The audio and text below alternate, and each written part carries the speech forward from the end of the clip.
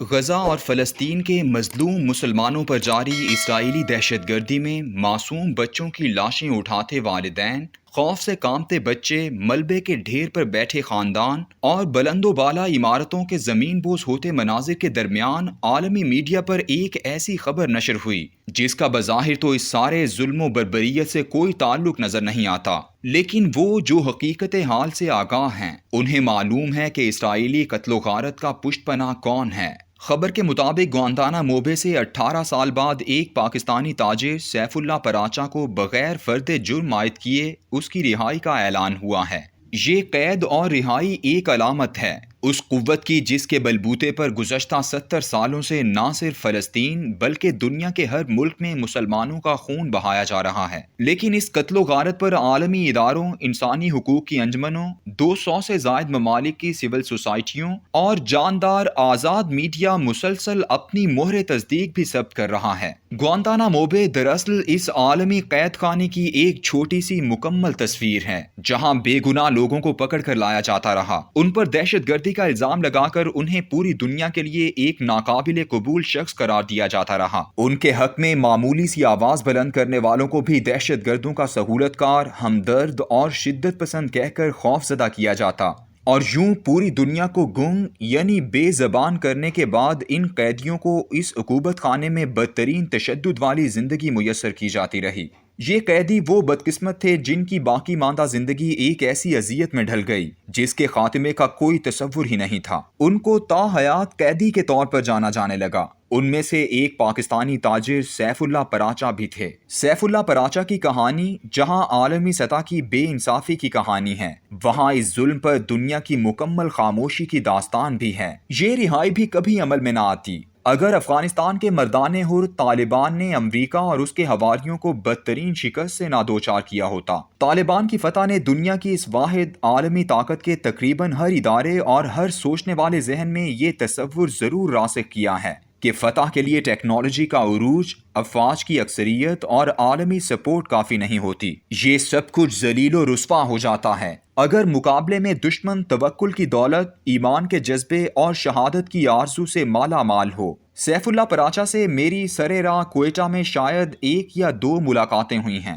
یہ وہ زمانہ تھا جب افغانستان میں ملا محمد عمر کی ایسی حکومت تھی جس نے وہاں تقریباً 17 سال کے بعد خطے کو امن بخشا تھا۔ افغانستان کے پرامن حالات سے متاثر پاکستان کا یہ دیندار تاجر سیف اللہ پراچا وہاں معاشی بحالی میں مدد دینے کے لیے بے تاب تھا۔ میں نام اور ملاقات بھول جاتا، لیکن ایک دن 2003 میں اچانک خبر پڑھی کہ سیف اللہ پراچا کو القاعدہ سے تعلق کے شبے میں بینکاک سے گرفتار کر لیا گیا، جس نے چونکا کر رکھ دیا۔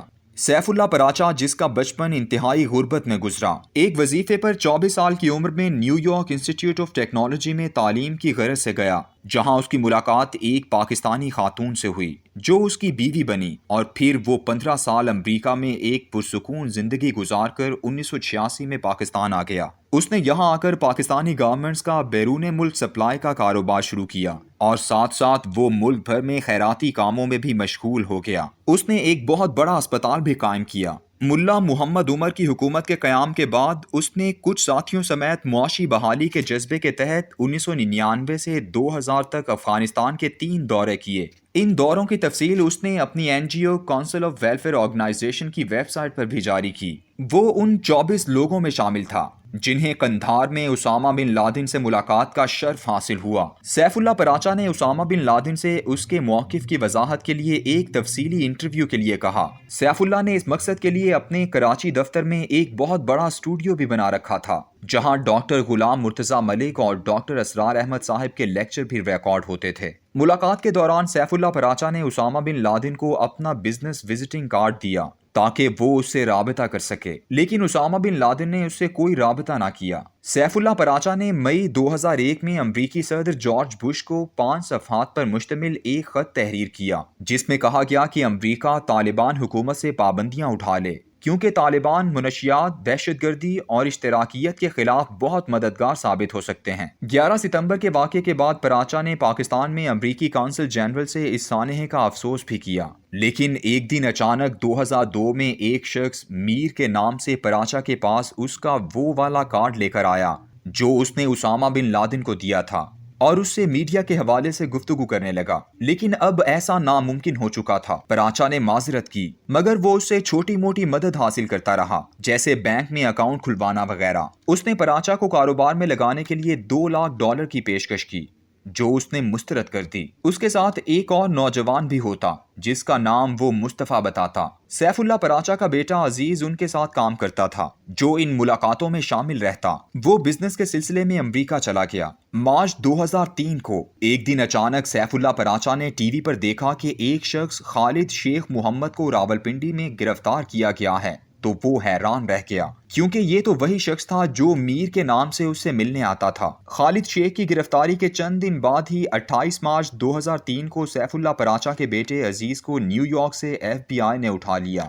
سیف اللہ پراچا اپنے بیٹے سے ملاقات چاہتا تھا۔ اس نے اپنے پارٹنر نیو یارک کے یہودی چارلس اینڈپیر سے کچھ کرنے کی درخواست کی اور امریکی سفیر کو خط بھی لکھا۔ چارلس نے گفتگو کے لیے اسے بینکاک بلایا، کیونکہ وہ پاکستان نہیں آنا چاہتا تھا، لیکن 5 جولائی 2003 کو بینکاک ایئرپورٹ سے باہر نکلتے ہی سیف اللہ کو گرفتار کر لیا گیا، اور آج تقریباً 18 سال بعد وہ صرف اسامہ بن لادن کو وزٹنگ کارڈ دینے کے معمولی جرم کی 18 سال سزا بھگت کر آ رہا ہے۔ 18 سالہ اذیت ناک جیل، جہاں روا رکھے جانے والے سلوک، بہیمانہ تشدد اور بربریت کی داستانیں جدید انسانی تاریخ کا بدنما چہرہ ہیں۔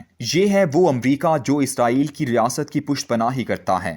یہ امریکہ آج اپنا ہاتھ اٹھا لے تو یہ اسرائیلی ریاست صرف چند گھنٹوں میں دنیا کے نقشے سے ختم کی جا سکتی ہے۔ ہر وہ بچہ جو غزہ میں مر رہا ہے، جو بوڑھا اذیت میں ہے، جو نوجوان شہید ہو رہا ہے، جو خاتون اپنے پیاروں کی لاشوں پر رو رہی ہے، ان سب کا مجرم دراصل نیتن یاہو نہیں ہے، بلکہ جو بائیڈن ہے۔ کوئی ہے جو براہ راست اس اصل مجرم کا گریبان پکڑے، کوئی اسمبلی اس کے خلاف قرارداد منظور کرے، اس ملک سے اپنے تعلقات توڑے۔